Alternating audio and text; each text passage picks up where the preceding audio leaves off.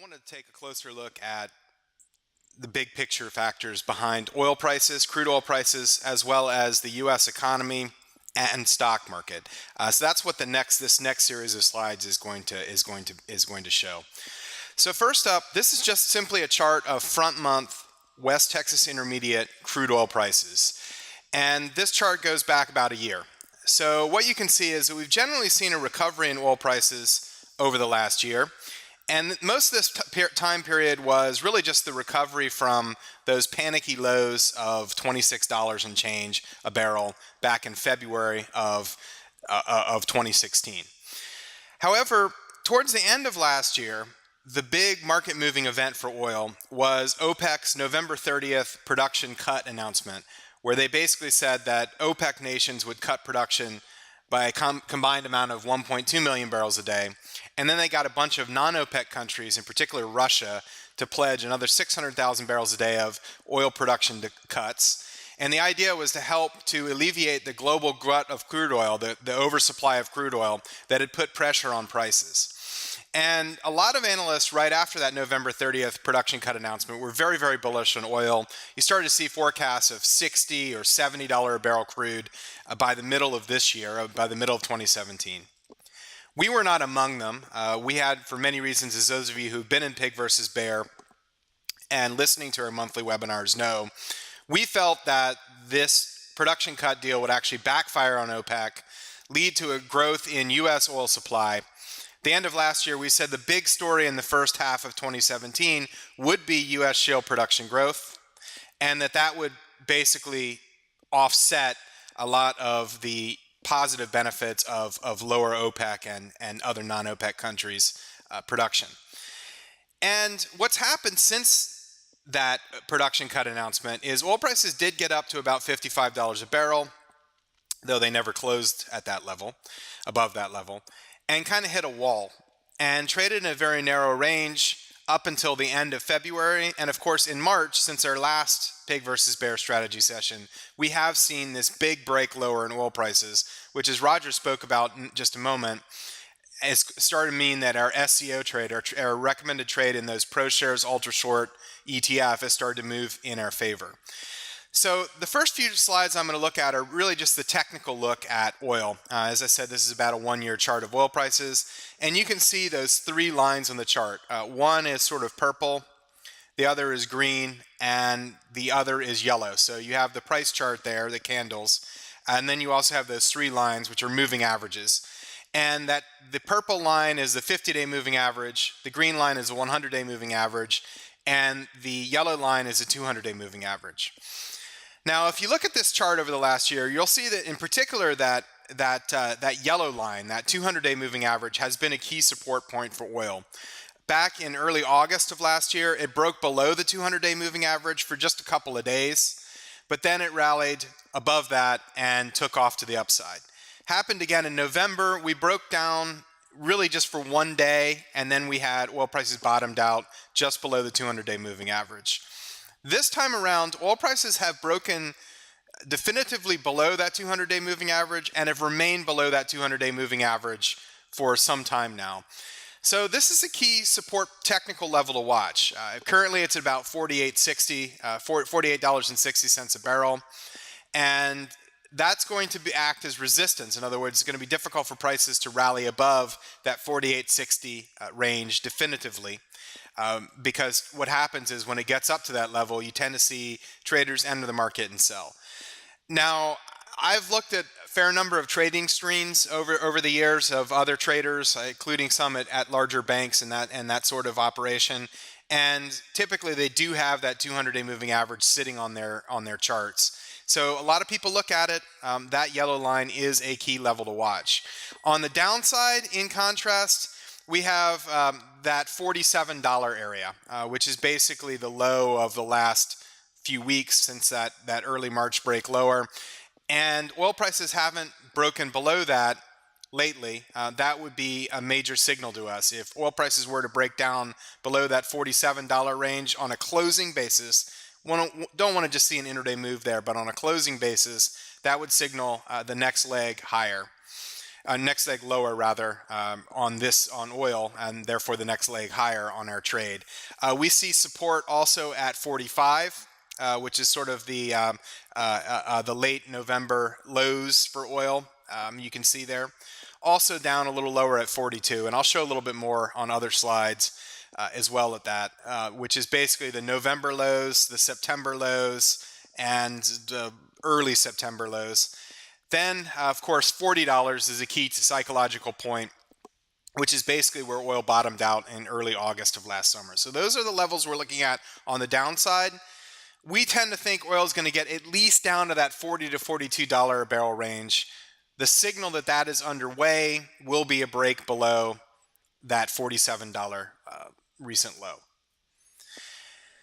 This is another chart, and this actually shows what's called a Bollinger Band. Now, Bollinger Bands are a technical indicator, and the way that they're calculated is they use the 20-day moving average, which is sort of that gray line on the chart. That's the middle band of a Bollinger Band.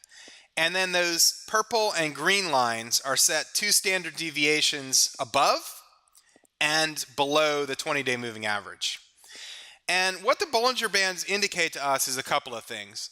But the most important is when they're very close together, that means that volatility in the market is low, that prices aren't moving much.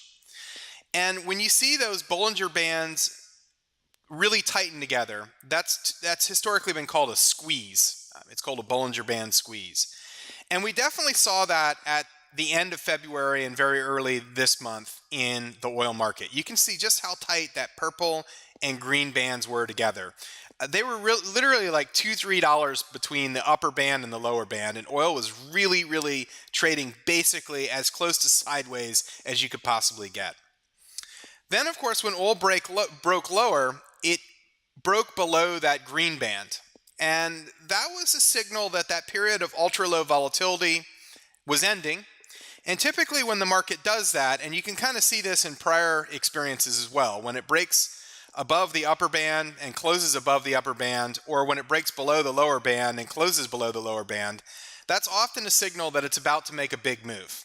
So we certainly saw that earlier this month in early March, where that initial break below that lower band resulted in several days of pretty intense selling. So this is a signal to us that there could be another leg of downside coming in this market. We would also keep an eye on that 20-day moving average, which again is that gray line on this chart. It's currently a little under $50 a barrel. We think that that would act as resistance on any rally in oil. But the key thing to note here is that when you get a squeeze in the Bollinger Bands, followed by a big move, it tends to be the beginning of a more important trend. And we think what we're seeing here is, over the last week and a half or so, is simply the consolidation following that initial drop. Leads us to believe we're going to get another dip in oil of a similar magnitude to what we saw in early March. This is another technical indicator a lot of people look at. Some people think it's sort of voodoo, but again, a lot of traders look at it. And what it is called the Fibonacci Retracements. Fibonacci was a mathematician, Italian mathematician from hundreds of years ago, and he developed a series of numbers and ratios, which typically the way you look at this is you look at a recent low in oil, and I use the November 2016 lows in oil, and you calculate the retracements on a move off that low. So in this case, I looked at the November moves in oil, November 2016 moves as being of the low as being the most recent low, and the high being that early January of this year intraday high in oil, which is just a little over $55 a barrel. And I calculated the Fibonacci retracements off that level. And you can see that, interestingly, that 47.18 retracement, which is a 61.8% retracement, all that means is we've retraced about 61.8% of the move of the rally from mid-November up through January, and that was basically the rally in anticipation of what OPEC did. We've retraced about 61.8% of that move, that $47.18 a barrel level, and that's where oil found support. Again, a lot of people think this Fibonacci retracements are voodoo, and they may very well be voodoo, but again, a lot of people look at it, and when a lot of people look at the same thing, it often tends to be kind of a self-fulfilling prophecy. But what I see here again is that $47 level is crucial support. If oil breaks below $47 a barrel on a closing basis, I think that the next step is at least we're going to see it get down to that $42 level, which is basically the November lows, if not going down and testing that $40 level, basically the lows from last August. On the upside again, though, that $50.26 area is the 38.2% retracement on the Fibonacci's. Again, that looks like pretty important resistance. If it were to break above that level on a closing basis, I would get worried about this trade, and that's where we might look to bail. But we think, again, as I'll show you in a minute, the fundamentals also support another leg lower in oil. Probably the most important fundamental, if you will, although it's not 100% a fundamental, but the biggest driver of the sell-off in oil prices since over the past few weeks, since in this month we'll call it, have been liquidation of hedge funds positions. So hedge funds were record net long oil, and at the end of February, they were long about 922 million barrels of crude oil, which is the most long they've ever been. And all this chart is that the Commodity Futures Trading Commission here in the U.S., the CFTC in the U.S., and the ICE Futures Exchange, which is based in London, these organizations issue what's called a Commitment of Traders report. The CFTC does it every Friday, and the ICE Exchange does it on Monday. And what they do is they look at the total, they divide up traders into different categories. One of those categories is money managers. Money managers in the Commitment of Traders speak means hedge funds. And they tell you how many long positions or short positions they have in the crude oil futures market. And this chart is basically showing the total net long position in both the West Texas Intermediate futures market, which is traded here in the US primarily, and the Brent oil market, which is traded in London. Those are the two largest futures markets for oil. One tracking the West Texas Intermediate oil market, which is the most important US traded oil benchmark, and the other in London tracking Brent, which is the most important international oil benchmark. So as you can see from this chart, which I took all the way back to June of 2012, at the end of February of this year, hedge funds in Europe and the US primarily were long more than 922 million barrels of crude oil, 922 million barrels of crude oil at the end of February, which is a record net long position. And that net long position has gone up a lot since, say, November of last year. Back in November of last year, hedge funds were only long around less than 500 million barrels of crude oil. So they nearly doubled their position in oil in response to OPEC's decision to cut oil production at the end of November last year, and the subsequent decision of a number of non-OPEC countries, including Russia, to follow suit and cut their production. So hedge funds, if you will, bought hook, line, and sinker into the OPEC production cut deal as a catalyst for oil prices to move significantly higher. What's happened since the end of February is they have liquidated a lot of those long positions. Now, there are a number of reasons for that, and I'll show you some of the fundamental ones in a minute, such as, most importantly, U.S. oil inventories just weren't declining, which was one of the main goals of that production cut deal to start with. The other being is that U.S. oil production continues to rise, which is exactly what OPEC didn't want to see happen. But I think the main reason that hedge funds have liquidated their net long positions, and that's, again, total longs minus total shorts, is that nothing was really happening. As I showed you on this slide back here with the Bollinger Bands, oil prices ran up to $55 a barrel and just sat there and traded between about $51 and $55 a barrel for basically 2 months. And hedge funds aren't typically long-term investors. They're traders. They're hot money traders, right? So they want to get into something to play some sort of a major move in the market, some sort of a major upside catalyst. When OPEC failed to be able to push prices much above that $55 a barrel level for any length of time this year, hedge funds just simply got bored waiting for something to happen to this market. They were looking for a move up to $60 or $70 a barrel. In fact, some hedge fund managers at the end of last year, Pierre Onderand being one of the most well-known, who's a Paris-based hedge fund trader focusing on energy, he was looking for $70 oil this year. And a lot of hedge funds were betting on $60 or $70 oil. When that didn't happen, and we got nowhere near that level, they started to feel that there were better opportunities elsewhere, and they began to liquidate their long futures position in West Texas Intermediate and Brent oil futures. And of course, that accelerated as oil really broke down in early March. So we've seen the net hedge fund long position dropped from 922 million barrels of oil down to 662 million barrels of oil since the end of February alone, so basically over the last month. And a lot of that is hedge fund managers bailing. Of course, they started bailing more rapidly once oil prices started coming down, because a lot of them bought oil futures when oil was above 50, and now they're losing money.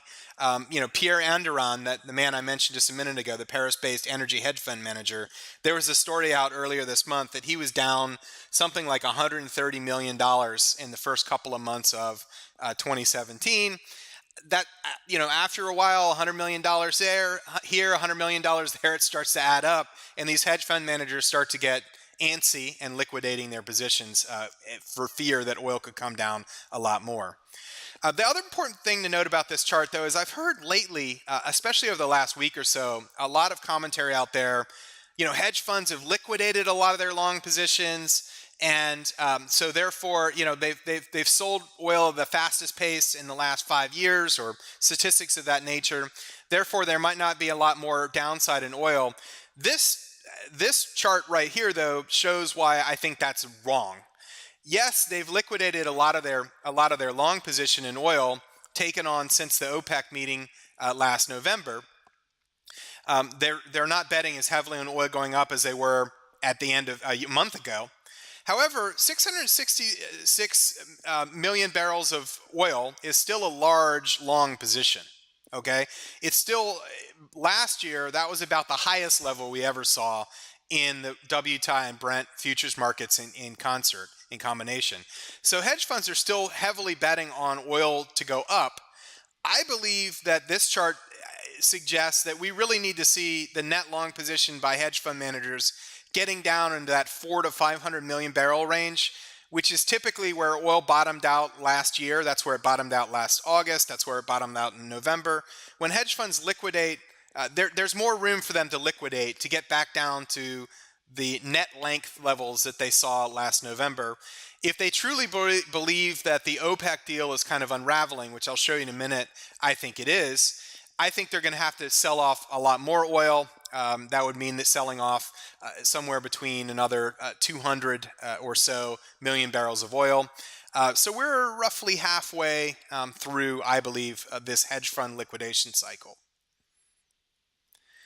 Here's another way of looking at the same data. This only applies, in this case, this chart only applies to the West Texas Intermediate market. But you can see that at the end of February, now this is gross hedge fund longs, so total hedge fund longs divided by total hedge fund shorts. It got up to a high of 11.5 to 1, meaning that hedge funds were long 11.5 many times. They were long that much more oil. They'd bought that many more oil futures contracts than they were short. That means the hedge funds were just totally skewed bullish. We really haven't seen a ratio of that level. And this is a ratio I calculate and look at every week when this data comes out. We haven't seen a ratio of that level unless you go back to 2013, 2014 during the last big bull market in oil. So hedge funds were heavily betting on oil prices to go up, and they have both sold off their long positions and taken on new short positions since the end of February. We're back down to a ratio of about 3.5 to 1, 3.35 to 1.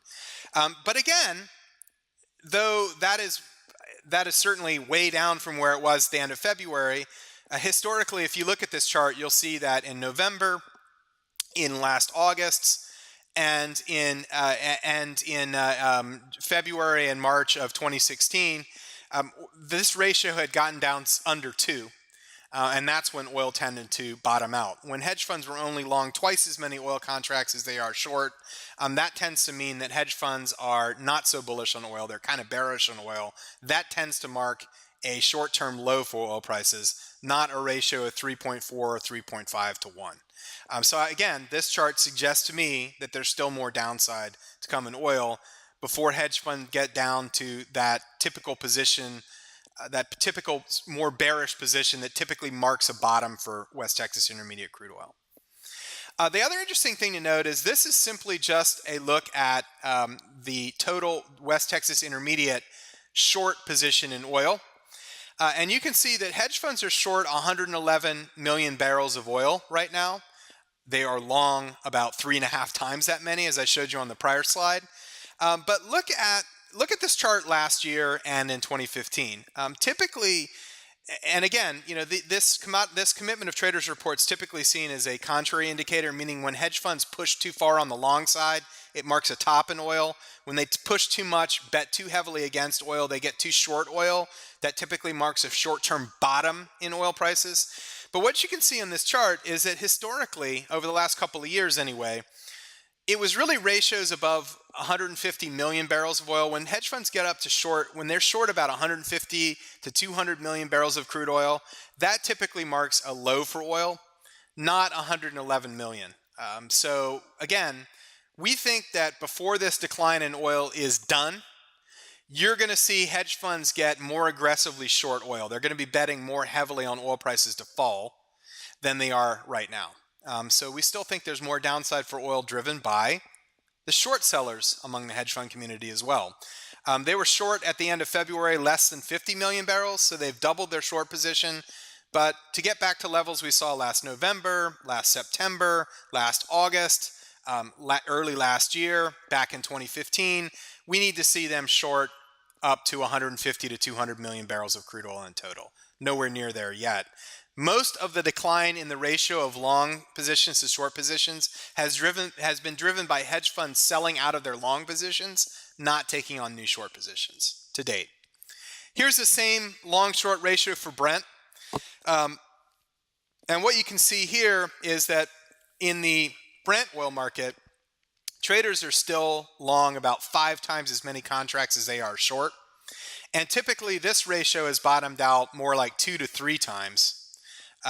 Last year anyway. The year before it was usually more like 2 times. We're still a long way from that. Again, implies to me there's more hedge fund liquidations to come, more short position taking by the funds to come. I don't buy some of these headlines you've read that, you know, traders have sold off a lot of their long positions and therefore we're close to a bottom. We're not at levels which last year or the year before suggested a bottom, and I don't think it's going to suggest a bottom this time around for oil either. Another indicator I like to look at is the crude oil futures market curve.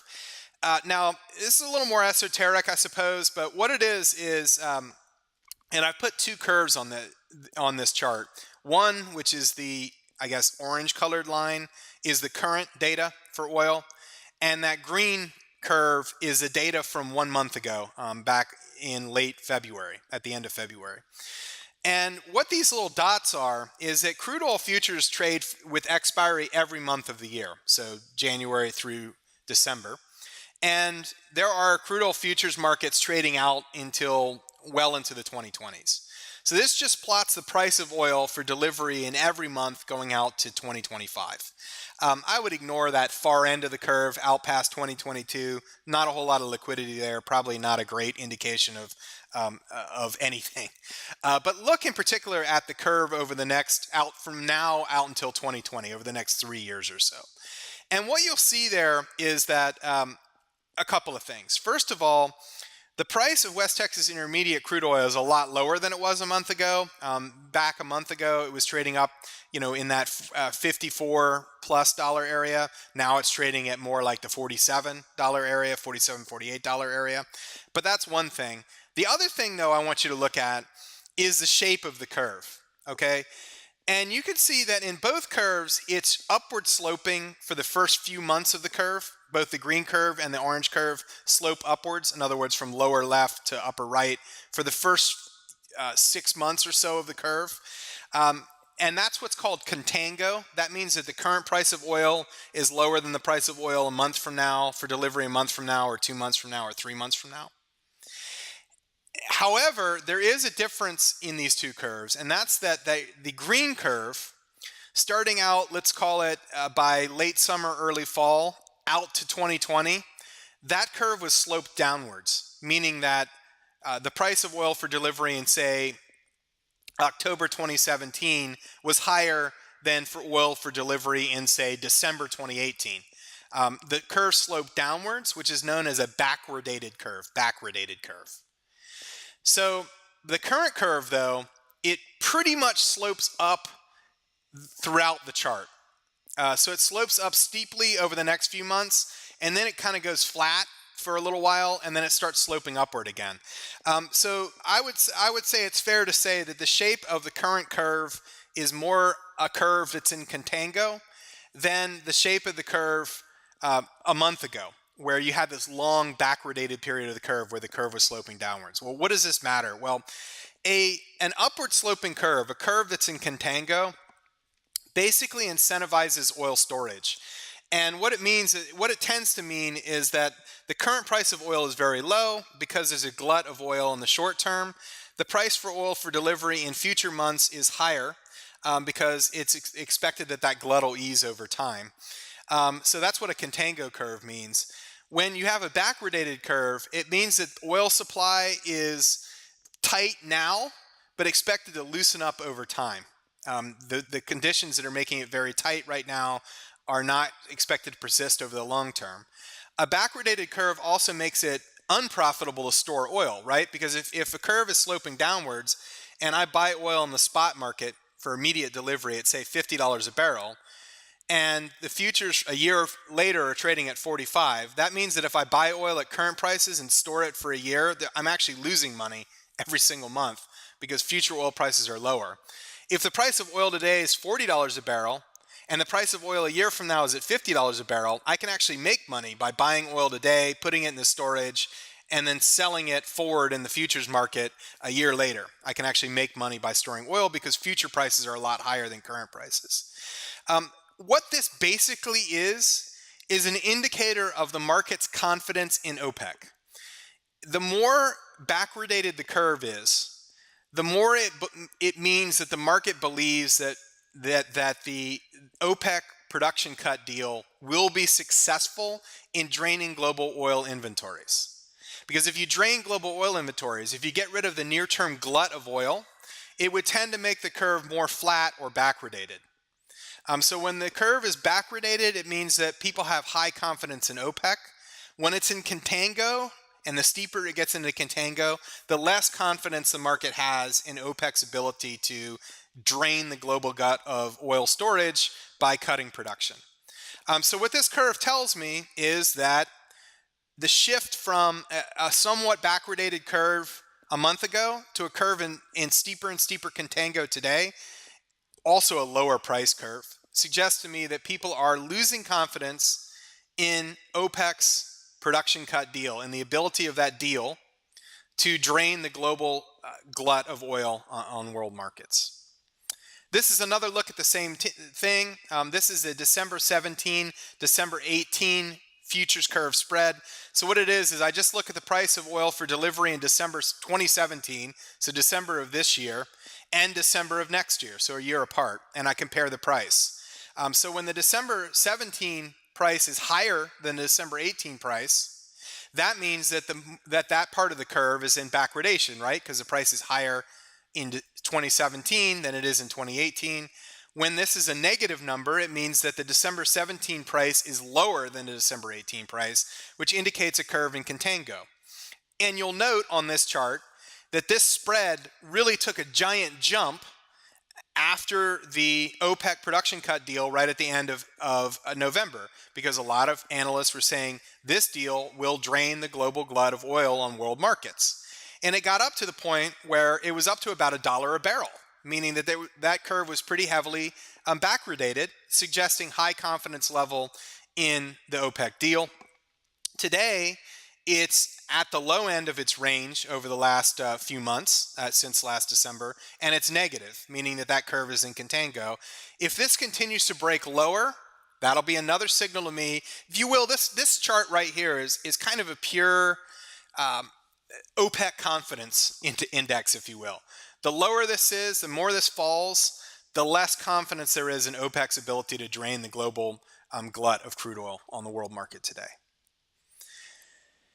Now let's move from those sort of technical and market-based indicators to the pure fundamentals. The most obvious one here is the situation with U.S. oil inventories, and they remain very bloated. That heavy orange line on the chart is the current level of U.S. oil inventories, which stand at around 533 million barrels of oil.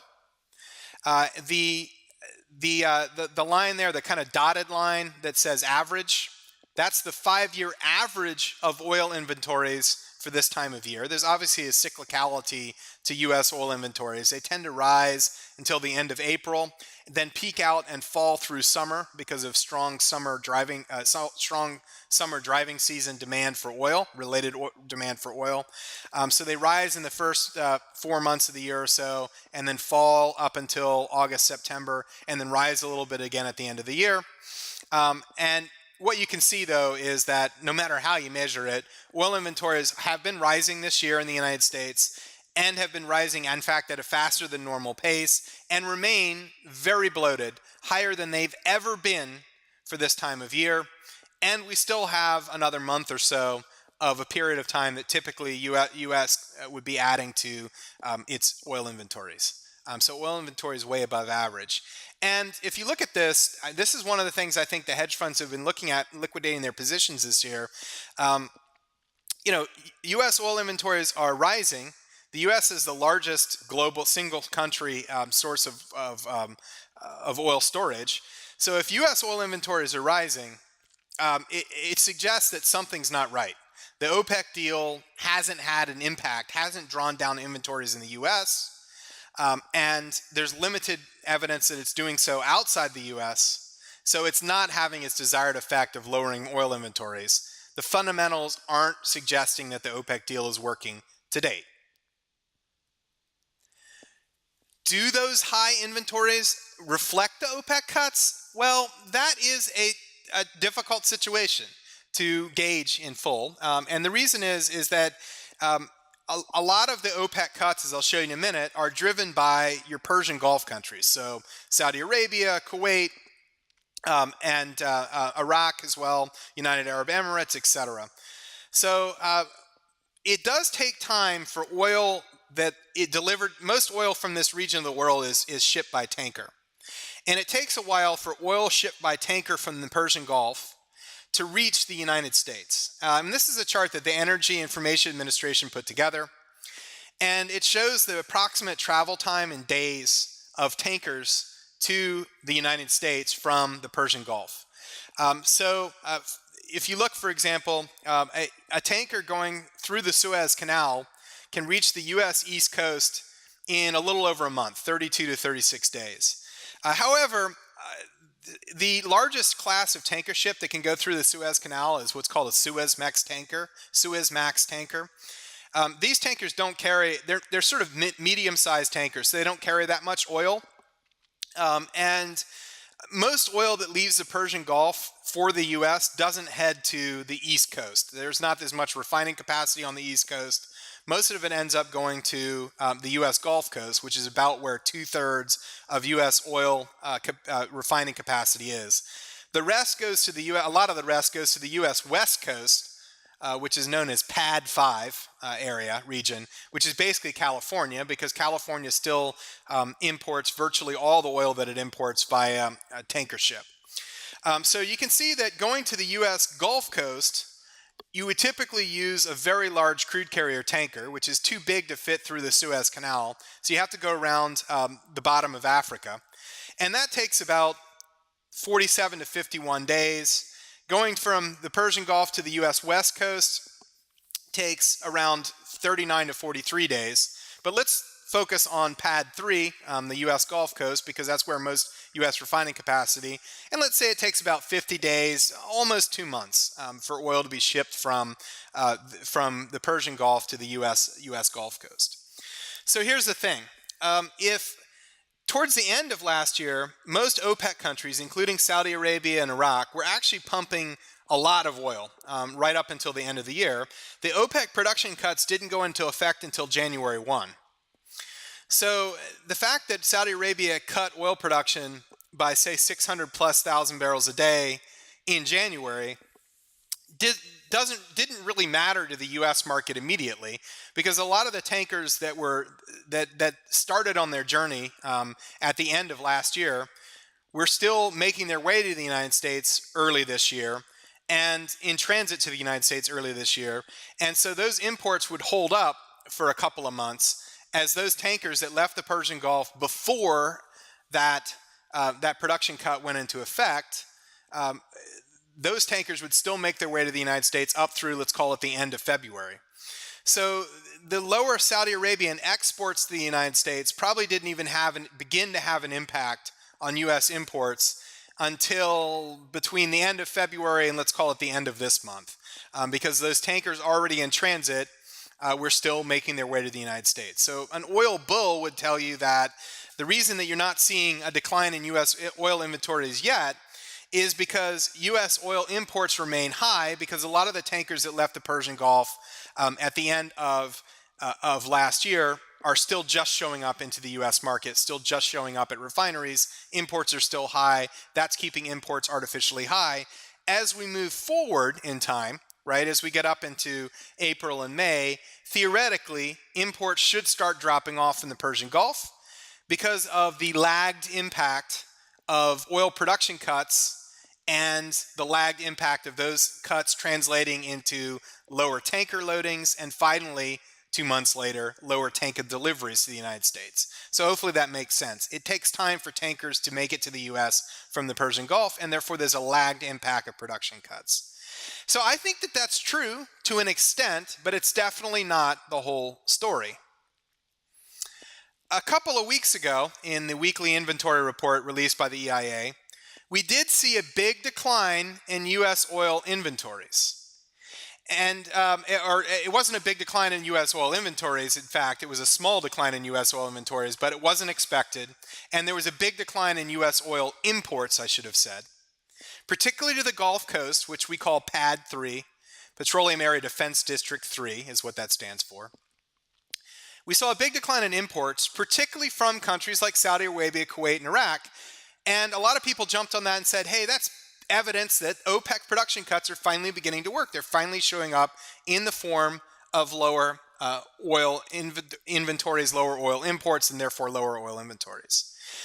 Well, it's interesting to watch this and track it. And what I like to do is I like to look at tanker tracking data, and I get this through our professional Bloomberg service. And basically what it is I look at the amount of oil being carried on tankers coming into the United States, and in particular coming into that Pad 3 area of the U.S., which is, again, the Gulf Coast area. And so and the data series doesn't actually totally match up with what the government reports, but I think it gives you a strong directional indicator, if not an exact indicator. So what you can see on this chart here, if you look at this is the data for tanker imports into the U.S. between February 24th and March 3rd. You can see that on the upper left-hand side of the chart there. It says 02/24/2017 to 03/02/2017.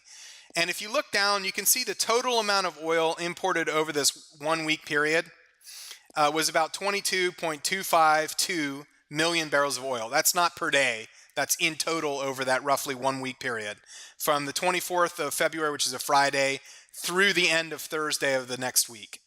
So about 22.252 million barrels of oil was imported into the U.S. Pad 3 region in total. Now let's flip forward and look at the same data. I took the headline off to make it easier to look at for the next week, which is March 3rd through March 9th. Notice how it dropped all the way. And again, if you look at on the lower portion of the chart, if you look at the third column from the left, The very top number there is a total aggregate amount. Those other lines are just individual tankers. For example, you can look that there was the Maya crude oil there on line 20 or so. That would be oil imported via tanker from Mexico. Basra Light at the top. You can also see that would be a Middle Eastern grade of crude oil. Anyway, the point is that the number you want to look at is that the big number there at the top, 13.597 million. That's how many barrels of oil were imported into U.S. PADD 3 in this week from the 3rd through the 9th. So you can see that in this week, the end of February 24th up through March 2nd, 22.252 million barrels. This week it drops all the way to 13.597 million barrels. So a big drop in U.S. oil imports. Let's look at the next week, March 10th through March 16th. It rebounds up to 21.186 million barrels. So what happened? Obviously it wasn't finally all the lost tankers, non-existent tankers showing up from the Middle East. Well, what it really was, I believe, was fog. And I know it sounds ridiculous, but early March is, maybe some of you in Texas know this firsthand, but early March in Texas, in the Houston area, is fog season. And it really goes through a lot, it happens a lot in March. And in fact, I get alerts from the Houston shipping channel operator every day as to how many times they had to close the channel down due to foggy weather, and they have to close the channel down or at least restrict the flow of tankers through the Houston shipping channel, which is most of where this oil is imported into, because there's too much fog to allow ships to come in and offload oil. So what we saw in this week data was simply that a lot of tankers couldn't make it into the Houston shipping channel because it was socked in with fog. That rebounded to this week, which is March 10th through March 16th. That was the import data reported as part of last week's inventory report. This week's inventory report, which will be released on Wednesday the 29th, here's the import data. So you can see it actually ticked up a little bit. 21.531 million barrels of oil imported into the PADD 3 area of the U.S. Gulf Coast. So that 1 week of data, which is March 3rd through March 9th, we saw a big drop in U.S. oil imports into the Gulf Coast. The imports rebounded last week, and they appear to be still holding steady at a relatively high level this week. So I don't think that we're yet seeing the impact of OPEC production cuts in terms of U.S. oil imports. There's been a little bit of a drop compared to what's normal, but certainly not enough to cause a big drawdown in U.S. oil inventories this time of year. This number at least suggests, tanker tracking data at least suggests that we're not going to see a major drop in U.S. oil inventories this week either, as a result of lower imports anyway. So I think we'll see another build in U.S. oil inventories, which again is bearish for the market here. This is a chart of U.S. refinery utilization rates. So U.S. refinery utilization rates, what percentage of U.S. refineries are running, and at what percentage of capacity? So total U.S. refining capacity, if all of it were being run at 100% of capacity, would be 100% utilization rate. What typically, and when the lower the number, the less hard refineries are being run. The less refiners are running oil and turning it into gasoline and diesel. So what you can see here is that currently refinery utilization in the U.S. stands at 87.4%, which is actually slightly above the average for this time of year. Refinery utilization always drops early in the year because refineries go through turnaround season where they do maintenance on refining facilities and also switch from refining winter blend gasoline to summer blend gasoline. It always happens this time of year. Historically, refinery utilization rates tick up from the end of March all the way up until June or July in the summer, and then begin to slough off again late summer and into the fall as we go through another turnaround season where refineries are doing maintenance and switching back to refining from summer blend to refining winter blend gasoline. So what does this mean? Well, one of the reasons that oil inventories typically build early in the year is because refineries aren't turning that much oil into gasoline and diesel fuel. So that's typically why this time of year you see drawdowns in gasoline inventories and rises in crude oil inventories. Now, over the next few months, as refineries ratchet up their activity levels to prepare for summer driving season, we should begin to see higher demand for oil from U.S. oil refineries, and that means that there will be more oil being processed into gasoline and diesel. It should start to slow down and then reverse these U.S. oil inventory builds. And so one of the things I heard out of OPEC last weekend is that the reason that U.S. oil inventories are so high is because refinery demand for oil has been very low. That's asinine. Refinery demand for oil is always low this time of year. It always rises into the summer. So it's nothing more than a normal seasonal trend. It's already expected by the market. I don't think that refinery utilization falling in the first few months of this year or rising between now and summer can either account for bloated U.S. oil inventories or will be a rationale for oil prices to rise. Always happens, expected, nothing unusual. What I do think is a problem for OPEC, the biggest problem for OPEC, as I've been saying for months now, but it's finally started to show up in the form of much lower oil prices after a 2-month period of flat oil prices, is this rise in U.S. oil production. Now, October was the reference month for OPEC production cuts, meaning that the countries agreed to cut production by 500,000 barrels a day, let's say, for Saudi Arabia, but based upon what? And that what was October 2016 production. So looking at U.S. oil production since October 2016, it's up 625,000 barrels a day. It's rising at a pace of over 100,000 barrels a day per month over the last month alone. So you can see that OPEC agreed to cut production by 1.2 million barrels a day. So U.S. oil producers have already offset more than half of OPEC's planned production cuts since October alone. The rig count continues to rise, meaning more rigs are actively drilling for oil. We think this will continue to show up in this stat. We think oil production is going to continue to rise in the U.S. Halliburton said just last week that they haven't seen any impact from the recent decline in oil prices in terms of activity levels, drilling activity levels. U.S. oil production is going to continue to rise, and that's going to continue to offset more and more of OPEC's production cuts. We're seeing this in other areas as well. This chart shows the difference in price between West Texas Intermediate crude oil delivered to Midland, Texas, which is located in western Texas in the Permian Basin, and in Cushing, Oklahoma, which is a key delivery point in the country. It's actually the official delivery point for West Texas Intermediate crude oil. And what this shows is how much of a discount is oil delivered to Midland, exactly the same oil delivered to Midland, Texas versus Cushing, Oklahoma. And you can see right now that oil delivered to Midland, Texas is trading at $1 a barrel cheaper than the same oil in Cushing, Oklahoma, which is only a few hundred miles away. Why is that? It's because there's been a boom in oil production from the Permian Basin of western Texas, and because there's way too much oil locally within Midland, Texas, and still not enough pipeline capacity to move it out of that area. Rapid production growth in the Permian Basin of West Texas means that the discount for prices in that area is widening. And it's gone from about $1 premium at the beginning of this year to $1 discount right now, which is about the largest discount we've seen in 2 years, which is a period covered by this chart. That tells me that not only is it the Energy Information Administration data telling us that oil production is rising, is definitely rising, at least in West Texas. Otherwise, that oil would not be trading at a price discount like that. Here's another indicator of kind of the same thing. LLS is light Louisiana sweet crude oil delivered on the U.S. Gulf Coast.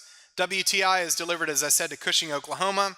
Right now, oil on the Gulf Coast is trading at $1.65 a barrel premium to oil in the middle of the country. What that tells me is there's too much oil in the middle of the country. There's too much oil in Cushing, Oklahoma, probably because oil is being fed into Cushing, Oklahoma from the Scoop and Stack fields of Oklahoma, and the Niobrara Shale in Colorado, and the Bakken Shale of North Dakota, as well as, of course, the Permian Basin of West Texas.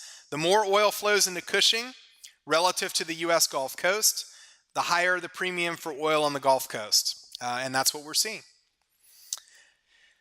One more point on the fundamental front is what's going on with OPEC, right? I mean, are they actually, they keep coming out every month with these saying, oh, our compliance is at 110% or 91% or all these different estimates. It's actually it's true, but it's also not true. And let me explain why.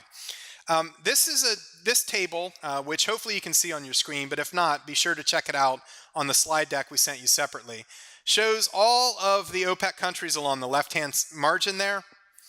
And it shows you in the next column over the starting point for measuring changes.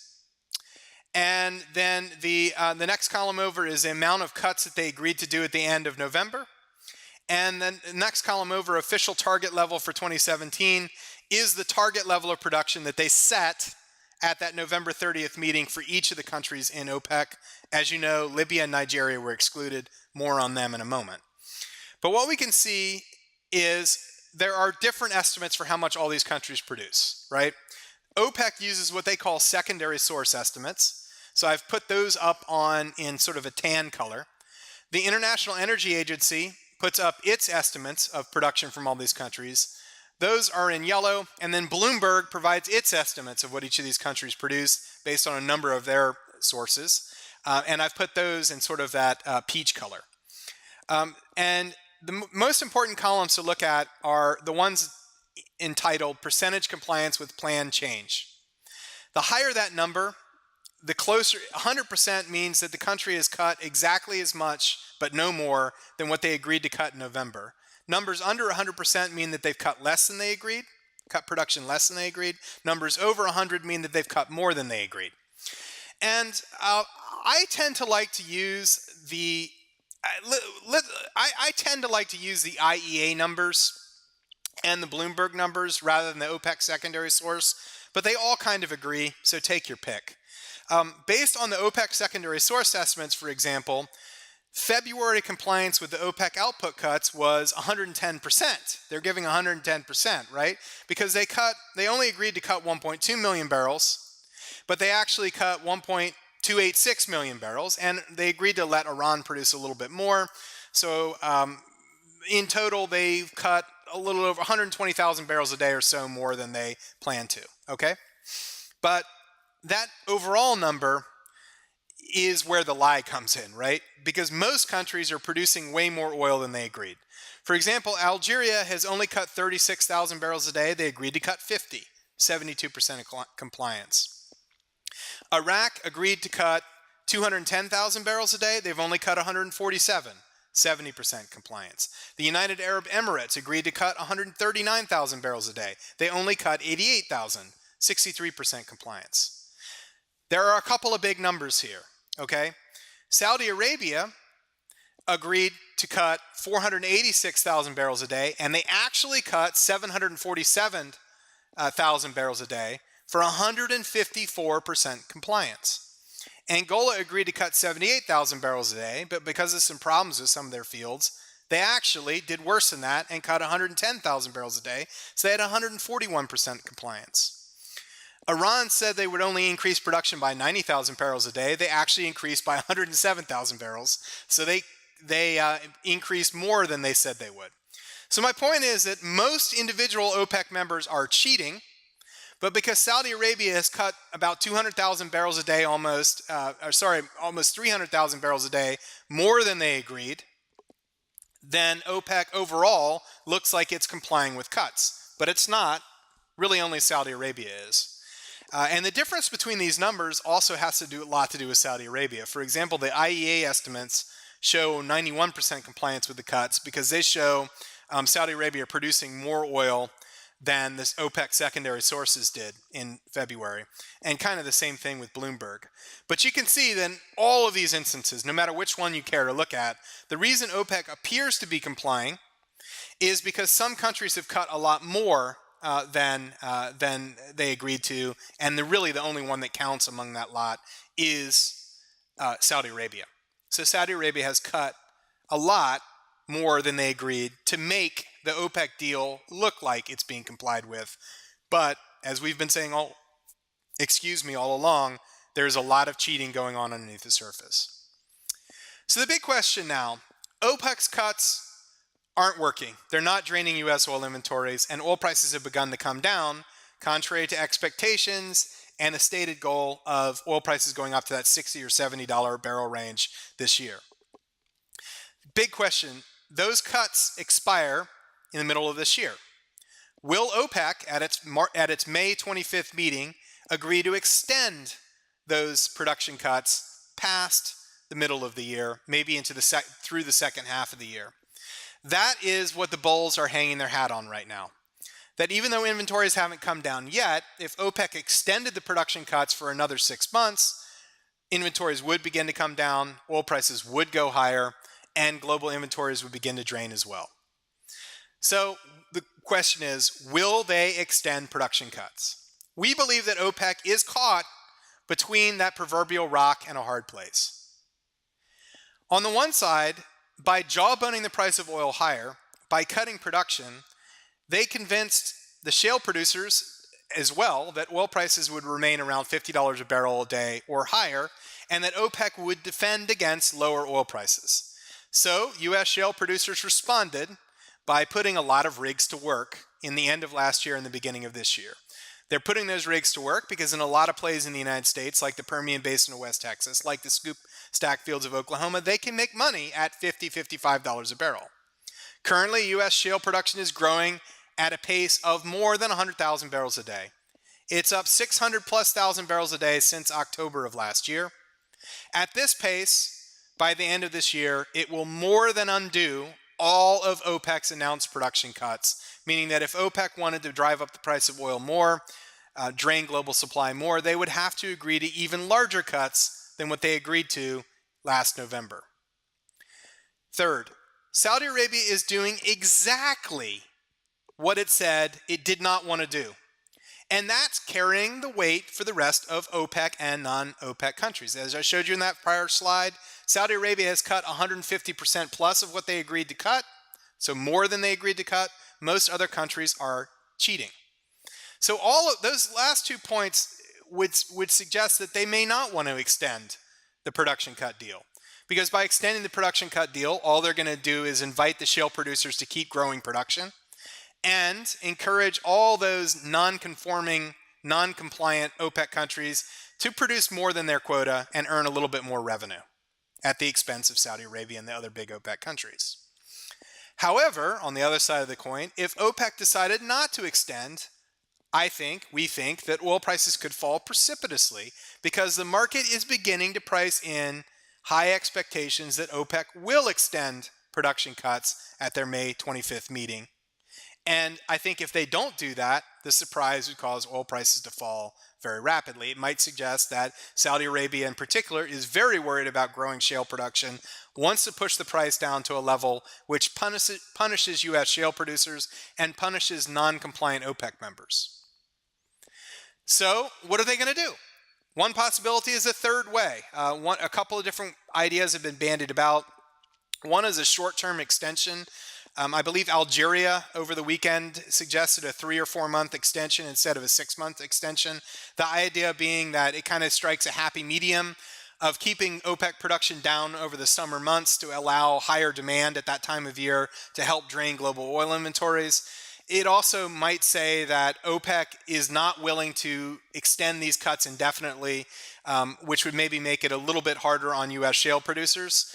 But I'm not sure that's going to work because to the extent that a short-term extension works and pushes up the price of oil, it's going to encourage shale. If it doesn't work and oil prices remain relatively low down in the 40s, then it's not really having the desired effect of boosting oil prices either. Another idea is a more flexible cut design. Might be to account for domestic demand in summer. In other words, allowing countries like Saudi Arabia to produce more oil, which they typically do in summer to run air conditioning, as long as they don't export a lot more oil. That's one possibility. Another one would be to allow an average oil production rate over the next the final 6 months of the year, instead of requiring countries to produce a certain amount every single month. I don't think that's going to work either because nobody's going to believe that these countries are going to ramp up production in summer and then ramp back down again in the fall. But that's something that's been bandied about. Another one would be a continuation of cuts until global oil inventories reach, say, a 5-year average level. I think that might make some sense in the sense that it would tell the market, look, we're not going to do this forever, but we want oil inventories to get down to a 5-year average level. But I'm also not sure that would work long term either, because it would also say that eventually these cuts are going to end, and when they end, there's going to be a glut of oil in the global market. The bottom line from all this is I think that OPEC thought there might be a Goldilocks price for oil. And what I mean by Goldilocks is a price high enough to make most OPEC members at least a little happier, if not enough to allow them to balance their budgets. But a price that's not so high that it causes shale producers to ramp up activity very, very quickly. I think OPEC thought that was around $60 a barrel, certainly 55 to 65, that kind of area. But the reality is that I don't think that Goldilocks price exists, because I think a price of around $50 a barrel is not high enough for most OPEC members, including Saudi Arabia. But it's also too high in the sense that it incentivizes shale oil output growth. At the same time, a price of $40 a barrel is probably too low for U.S. shale, but it's really, really too low for OPEC. So I just don't think there's a Goldilocks price which makes everybody in the market happy. But I do think that Saudi Arabia may be tempted to test lower price levels over the next few months to see if it can help bring other OPEC members into better compliance, or at least failing that, to slow down or stop the pace of shale oil production growth. So I think they're going to test and see if lower oil prices might have an impact. And again, that speaks to maybe pushing prices down to that 42, maybe $40 a barrel level in the short term. The longer term picture, OPEC's influence on the global oil market is waning. It's not what it used to be back in the early 1980s or in the 70s. And a lot of investors and traders haven't fully recognized this shift yet and the long-term importance of this shift. OPEC can influence prices in the short run, no doubt, by cutting production a little bit more, by Saudi Arabia cutting production aggressively. But they don't have the ability to push prices higher because shale can respond very quickly to higher prices. And their influence is really more in a band. And I still think that band long term is going to be more like $40 to $60 a barrel. And I think oil prices will spend most of their time in the $45 to $55 a barrel area over the next couple of years. That prediction, I think, just looks better and better as time goes on over the last month. I also believe that the deal that they cut at the end of November was a mistake long term. Yes, they were able to push the price of oil up over $50 a barrel in the short run, and I guess you could say that was good for them, but long run, it created a huge kind of moral hazard where the idea that shale producers have in their heads now is that OPEC doesn't want prices to fall below $45 or $40 a barrel. Therefore, they won't let prices fall down there. They want higher oil prices. And therefore, the shale producers hedged a lot of production and began ramping up their drilling activity. And it has basically taken the shale genie back out of the bottle. And longer term, that means lower oil prices. So by not taking the pain up front and letting oil prices remain relatively low, OPEC has, I believe, had a unintended side effect or unintended consequence has been unleashing the shale genie again. So that's what we see for oil. Our view is that in the short run, we're going to see a trip down to $40 to $42 a barrel. Longer term, we think prices this year will probably average around $50 a barrel for the whole year. And over the next couple of years, we'll see prices up in that $50 to $55 level. I think that's a healthier level longer term, but we still have a little bit of pain to go through in the near term because OPEC has, again, taken the shale genie out of the bottle. That's going to be the big story, at least over the next couple of months until we get that May OPEC meeting. And that's why we're still trading the downside in oil. We will look to take profits on our shorts in oil, on our position in SCO, as oil moves down to that $40 to $42 a barrel level. And we may even look to go long oil down at that level, but that's what we see in the short run, and that's why we're sticking with the trade.